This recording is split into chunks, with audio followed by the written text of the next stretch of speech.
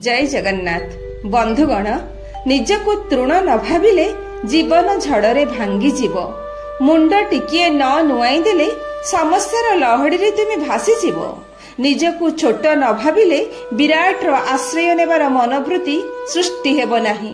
घरर जाबतीय अली अर्दली नारीटीए सहिबाकू चेष्टा करे। जो स्त्रीर सहिबार शक्ति थाए से सुनाम पाए।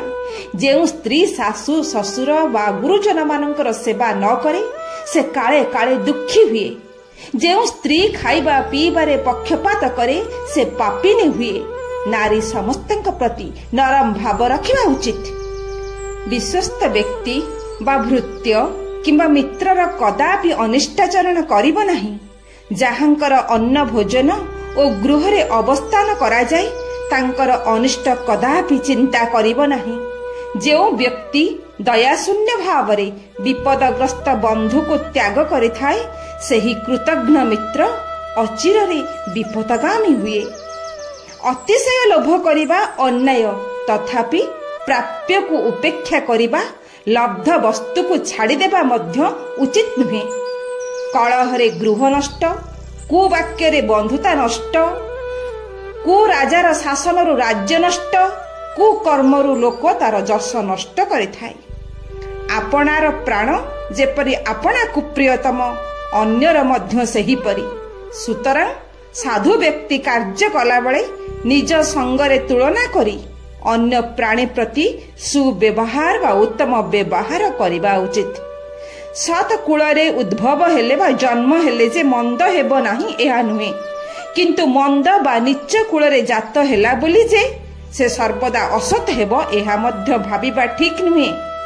जेउ लोक धर्म को देखे मर्यादा लंघन करि जाए नाही एवं मृदु लज्जाशील से सत कुलीन ठारू बड़ आउ महत अटे। जो व्यक्ति भितरे गोटिए भाव घेनी थाए एवं बाहरर समाज रे अन्य प्रकारर देखा जाए से मिथ्याचारी ताहा पाई नरकर द्वार खोला रही थाए। शत्रुर गुण को प्रकाश करिबो। गुरु हेले मध्य दोष देखाई देबारे पश्चातपद हेबो नाही। पुत्र आ शिष्य को सबु बेले हित उपदेश प्रदान करिबो। प्राज्ञ व्यक्ति कदापि क्रुद्ध विषयासक्त अवसन्न बा अति हृष्ट हुअन्ति नाही। से माने स्वभावतः हिमाचल परि अचल अटल भाव रे कालक्षेपण करन्ति। मनुष्य अभिमान परित्याग कले समस्तंकर प्रिय हुए। क्रोध परित्याग कले शोक करिबाकू पड़े नाही। कामना परित्याग कले अर्थवान हुए। लोभ परित्याग द्वारा मनुष्य प्रकृत सुखी हुए। सबु प्राणी प्रति दया मैत्री दान और मधुर वाक्य एई चारिटीर समान संबल त्रिभुवन मध्यरे विरल। पर को उपदेश देबा पाई समस्ते अग्रसर हुअन्ति, किंतु आपे सही उपदेश अनुसार चलिबा सहज साध्य हुए नाही। प्राणीर सर्वदा मने रखिबा उचित जे से एकाकी जन्म ग्रहण करी एकाकी मृत्यु मुखरे पड़े। एणु जगतरे बहुजन बेष्टित रही कालजापन करुथिले मध्य तार स्वकृत पाप पुण्यर फल जे ताहा छड़ा अन्य केही भोग करिवे एहा कदापि नुहे। से जेउ कर्म करे ताहार फल से एका ही भोग करे। तेणु से सर्वदा निजको सतर्क रखिबा उचित। जहा श्रेयस्कर ताहा बिना विलंबरे करिबा अवश्य कर्तव्य। समय को वृथारे नष्ट करने को देबा उचित नुहे। मनुष्यर कार्य संपूर्ण हेबार नुहे अथवा ताकु संपूर्ण कला परे जे ताकु मृत्यु नहीं जीवो एपरि भाबिबा मध्य भूल। जगतरे आत्मतृप्तिर लालसारु लोभ जन्मे। एही लोभरु सब प्रकारर कामना और वासनार उदय हुए। अतृप्त वासना चरितार्थ करिबा पई क्रोधर उद्रेक हुए। क्रोधरु मोह, मोहरु विनाश घटे। एणु लोभ समुदाय दुख बा पापर कारण अटे। धर्म एकमात्र आराध्य वस्तु। क्षमा साहाय्य मनुष्य को प्रकृत शांति मिले। विद्या लाभरे ज्ञान चक्षु खोलिले तृप्ति आसे। आउ अहिंसा एकमात्र जीवन सुखर निदान अटे।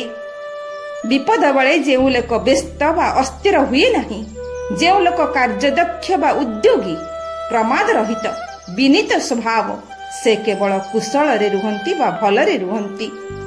ସବୁ ସମୟରେ କହୁଛ ମୁଁ କରୁଛି, ମୁଁ କଲି, ମୁଁ କଲାରୁ ହେଲା, କିନ୍ତୁ ଦିନେ ଜାଣିବ ତୁମର ସମସ୍ତ ଚେଷ୍ଟା ବିଫଳ ହୋଇଛି।